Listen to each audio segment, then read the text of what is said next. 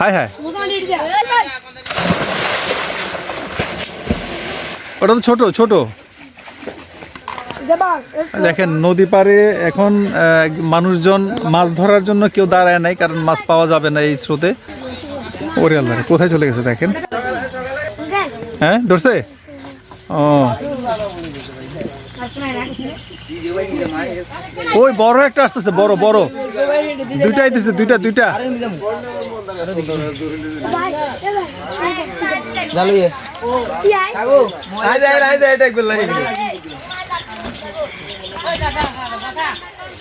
এপাশে রামগড় এবং ওপাশে সাবরুম। দেখেন বাড়িঘরের কি পরিস্থিতি। আজকে যদি এভাবে ভারী বৃষ্টিপাত হয় এবং এভাবে নদীতে পানি বেড়ে যায়, সেক্ষেত্রে ঠিক দুই দেশের দুই প্রান্তে সড়ক এবং বাড়িঘরেও পানি ওঠার সম্ভাবনা বেশি। প্রিয় দর্শক, আসসালামু আলাইকুম। এই মুহূর্তে আজকে এই ঝড় বৃষ্টির সময়ে আমি রয়েছি বাংলাদেশ ভারত সীমান্তে রামগড় উপজেলায়। নদী পুরোটাই ভরাট হয়ে এখন পানি উঠে গেছে সীমান্তে, একেবারে সীমান্তে যে বাড়িঘরগুলো আছে, এই যে দেখছেন এপাশে বাড়িঘর দেখা যাচ্ছে, আমার এই যে পিছনে দেখছেন এই যে বাড়িঘর, এই যে দেখেন পানি কিন্তু একেবারেই মানে ছুঁই ছুঁই। সীমান্তের পাশে যে বাড়িঘরগুলো রয়েছে রামগড়ে, সেগুলোর কাছাকাছি চলে আসছে। এই যে দেখেন এখানে বাড়িঘর দেখা যাচ্ছে, এই বাড়িঘরের পাশেই কিন্তু পানি চলে আসছে। এবং সবচেয়ে বড় বিষয় হলো ভরা মৌসুমেও এরকম পানি হয় না। এর আগে আপনার মাত্র তো বর্ষা শুরু হলো, কিন্তু এবারের যে ভারী বর্ষণ, টানা ভারী বৃষ্টিপাত হচ্ছে গত কয়েকদিন যাবৎ।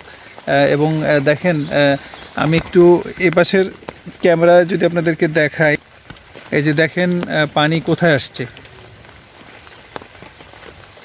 এই দেখেন অলরেডি গাছপালা যে লাগানো ছিল, পেঁপে গাছ সহ বিভিন্ন গাছপালা আছে বাড়িঘরের পাশে, দেখেন তার কাছাকাছি কিন্তু পানি চলে আসছে। আমার মনে হয় এভাবে যদি আজকে 24 ঘন্টা ভারী বর্ষণ চলতে থাকে এবং ফেনী নদীর পানি এভাবে বাড়তে থাকে, সেই ক্ষেত্রে সম্ভবত শুধুমাত্র বাংলাদেশের এই সীমান্তে না, ভারতের ওপারে যে আমরা সাবরুম দেখতে পাচ্ছি, এই যে এখানে যে বাড়িঘরগুলো, তারাও কিন্তু বিপদসীমার খুব কাছাকাছি রয়েছে। পানি কিন্তু আমাদের এই পাশের মতো ওপাশেও পানি ছুঁই ছুঁই। দেখেন এই পাশে যে কিছু বাড়িঘর দেখা যাচ্ছে, সীমান্ত সড়ক যে কাঁটাতারের বেড়া, সেগুলোর কাছাকাছি পানি চলে আসছে। এবং পানির সবচেয়ে বড় যে বিষয়টা, পানির যে স্রোত, এটা ভয়াবহ আকার ধারণ করেছে। মানে বলা যায় যে যে কোনো সময় এই পানি বেড়ে গেলে সেটা যদি ঠিকভাবে এখন যে ফ্লোটা আছে, পানির স্রোতটা আছে, এটা যদি ঠিক না নামতে পারে, তা পানি যদি স্থিতি অবস্থায় চলে আসে, সেই ক্ষেত্রে আশেপাশের বাড়িঘরে কিন্তু পানি উঠে যেতে পারে। এবং এবারে যে চারপাশে যে বন্যার শঙ্কার কথা বলা হচ্ছে, অলরেডি আমরা জানি যে তিস্তাবাড়ের উত্তরবঙ্গের ওই পাশগুলোতে ভয়াবহ বন্যা, সিলেটে বন্যা। এবারে বন্যার কিছুটা ঝুঁকি আমরা আমাদের এই পাশগুলোতে দেখতে পাচ্ছি, খাগড়াছড়ি, রামগড়, মাটিরাঙ্গা হয়ে এপাশে ফেনী নদী, তারপর হচ্ছে ফেনী নদীর ঠিক শেষ সীমান্তে যেখানে, অর্থাৎ মাতা মুহুরী নদী, মুহুরী প্রজেক্ট যেটা আমরা বলি, সোনাগাজী উপজেলা, সে সমস্ত জায়গাগুলোতেও কিন্তু ভারী যে বর্ষণ বা পানির যে স্রোত, তাতে করে বন্যার আশঙ্কা রয়েছে এবং বন্যা হতে পারে। অর্থাৎ এই বৃষ্টি যদি আবহাওয়া অধিদপ্তর থেকে যেটা বলা হয়েছে, যদি আগামী 5 দিন টানা এভাবে বৃষ্টি হয়, তাহলে আমার মনে হয় বাংলাদেশের বেশিরভাগ যে নদ নদী এরিয়াগুলো রয়েছে, অর্থাৎ নদী পাড়ের যে মানুষ ঘরবাড়ি রয়েছে, সেগুলো বন্যার পানিতে এবার তলিয়ে যাওয়ার সম্ভাবনা বেশি। কারণ বর্ষা মৌসুমের শুরুতে এত পানি, এভাবে থই থই করা পানি আসলে এর মধ্যে হয়নি। কিছু কিছু এলাকাতে হয়েছে, কিন্তু এবার আমরা যেটা দেখতেছি যে ফেনী নদীতে যেভাবে ভয়াবহ পানি আসছে, তাতে করে আশেপাশের মানুষজন শঙ্কিত যে তারাও এই বন্যার কবলে পড়েন কিনা। এখানে রামগড়ের কিছু লোকজন আছে। আপনার কি মনে হয় এবার ফেনী নদীতে যে পরিমাণ পানি বাড়ছে, আপনি কি বন্যা টন্যা হয়ে যেতে পারে কিনা? সম্ভাবনা বেশি। আপনার বাড়ি তো পাশেই। আচ্ছা, তোমারও তো মনে হয় এই পাশে বাড়ি না? জি, আমার পাশে যে সামনে। পানি কি কাছাকাছি, ঘরের কাছাকাছি? পানি একদম ভরাট হয়ে গেছে, মানে রাস্তায় ডুবে গেছে। রাস্তা পাশে যেটা আছে রাস্তা এটা। আচ্ছা, তো এই পাশে আমরা কিছু মানুষজন দেখতেছি, আমরা একটু দেখাই তারা কি করছে।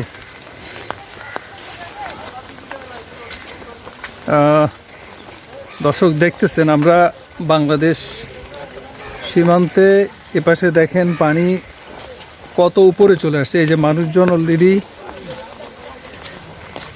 নেমে গেছে। দাদা, পানির অবস্থা তো ভয়াবহ, তো কি মনে হয় এবার কি উপরের দিকে উঠতে পারে? হ্যাঁ হ্যাঁ, ও তো পানিতে দাঁড়ায় আছে।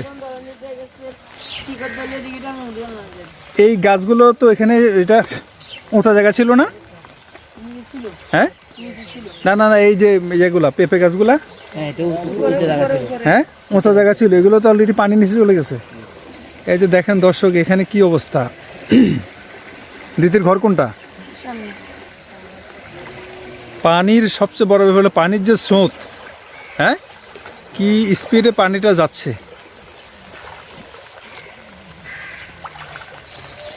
ওরা কি মাছ ধরার জন্য অপেক্ষা রয়েছে না লাকড়ির জন্য? হ্যাঁ, লাকড়ি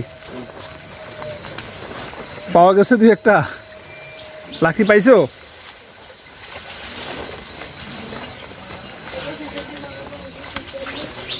এখানে যাদেরকে দেখতেছেন আসলে মাছের কোনো নামগন্ধ নাই, ওরা দাঁড়াইছে এখানে লাকড়ি ধরার জন্য।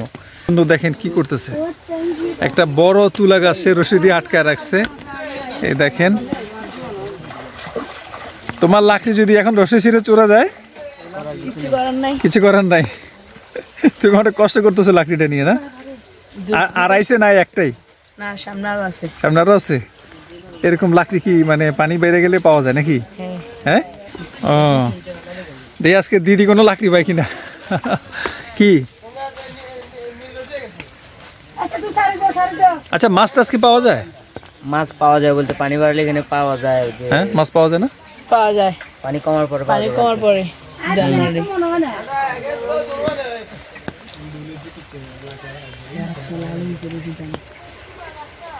পানি কমলে আসবে না, দেখছি এই যে দেখেন পানি একেবারে যে রোডের কাছাকাছি চলে আসছে।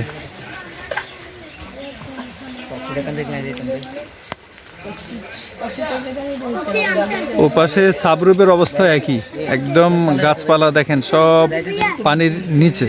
আর মনে হয় আজকে যদি এভাবে বৃষ্টিপাত হয় এবং নদীতে পানি আসে, তাহলে সীমান্ত সড়ক যেটা ও পাশে ইন্ডিয়ার আপনার সাবরুমের যে রাস্তাঘাট, এগুলো তো কিন্তু পানি উঠে যাবে। পানির স্রোতটা খেয়াল করেন, কি পরিমাণ স্পিডে পানিটা যায়। আমি একটু জুম করে দেখাই। এই দেখেন, খুব ভয়াবহ অবস্থা, পানির যে স্রোত, ভয়াবহ স্রোত।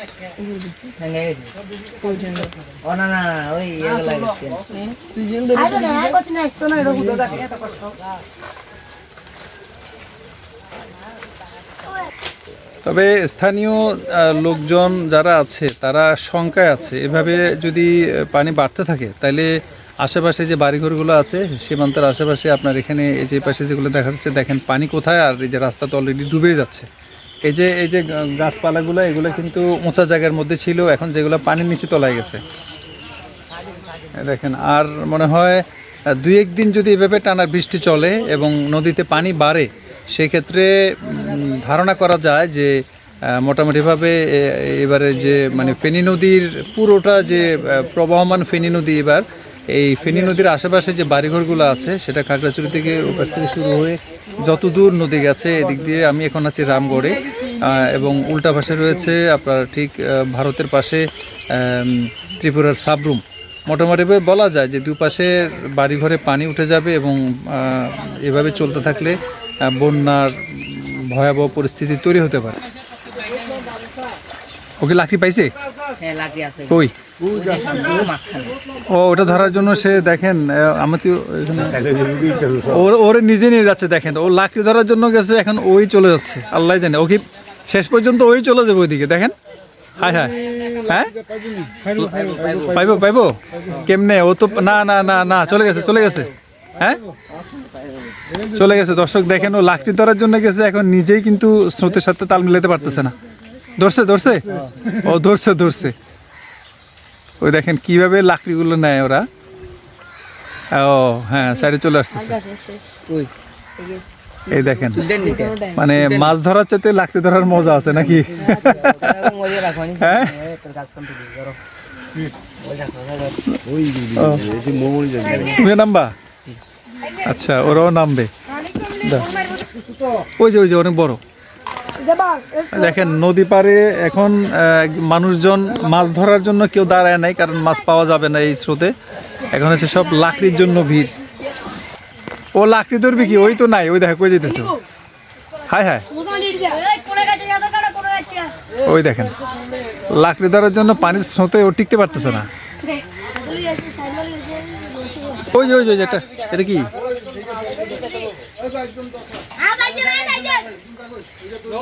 নামবি?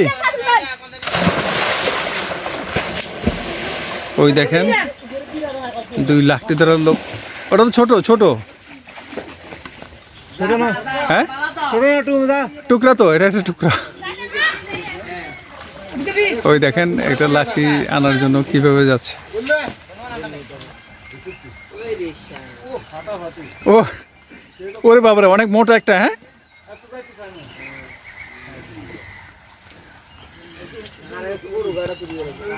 দাদা নামেন নামেন নামেন না, এই যে আরেকজন নামলো। এটা কি কাছো না? হ্যাঁ কাঁচা, কিরা কাঁচা। সীমান্তের অর্থাৎ ফেনী নদীর দুকুলে যে ভালো ভালো যে গাছপালা আছে, সেই গাছপালাগুলো ভেঙে চুরে নিয়ে আসতেছে ফেনী নদী। নদীর যে ভাঙন আশেপাশে হচ্ছে না, ঠিক আছে, অনেক গাছপালা আছে, কিন্তু এই গাছপালাগুলো এখন ঝুঁকির মধ্যে। এই যে দেখেন এখানে যে গাছগুলো আছে, যদি এভাবে পানির স্রোত বাড়তে থাকে তাহলে গাছগুলো ভেঙে এভাবে নদীতে চলে যাবে। তো এভাবে যদি চলতে থাকে তাহলে আমার মনে হয় বন্যার একটা শঙ্কা আছে। পানি এখন যদিও নেমে যাচ্ছে, কিন্তু পানি যদি নামা বন্ধ হয়ে যায় বা নদী পরিপূর্ণ হয়ে যায়, পানি যদি না নামে, সেই ক্ষেত্রে বন্যা হয়ে যেতে পারে নাকি ভাই? আপনার কোন পাশে বাড়ি? আপনার ওদিকে পানি আসছে? একটু উঁচা আছে না? এখানে যাদেরকে দেখছেন এরা মাছ ধরার জন্য না, আগে আসলে নদীতে পানি আসলে আমরা মাছ ধরার জন্য এভাবে জাল টাল নিয়ে দাঁড়ায় থাকতাম। আর এখন ঘটনা উল্টা, এখন নদীতে মাছ নাই, কিন্তু আছে হইলো গাছপালা। এখন মানুষজন এর জন্য জাল টাল নিয়ে দাঁড়ায় নাই, তারা রশি নিয়ে দাঁড়াইছে। কি পরিমাণ স্রোত, ফেনী নদীটাকে চেনাই যাচ্ছে না। এখন এটা মনে হচ্ছে পদ্মার একটা অংশ হয়ে গেছে। মানে পদ্মা নদী বললে ভুল হবে না, পদ্মার যে স্রোত, সেই স্রোতটা এখন ফেনী নদীতে দেখা যাচ্ছে। যে ফেনী নদীতে পানিই থাকে না, সেই ফেনী নদী এখন চেনা খুব মুশকিল। এখন যদি এই দৃশ্য, মানে যে এখন আমি ক্যামেরায় ধারণ করে যদি বলি যে এটা পদ্মার ঢেউ, তাহলে মনে হয় অবিশ্বাস্য হবে না। আপনি দেখেন এটা ফেনী নদী কোনোভাবেই বিশ্বাসযোগ্য না। চিরচেনা যে ফেনী নদী, সেই ফেনী নদী এখন মনে হচ্ছে যে পদ্মা নদী।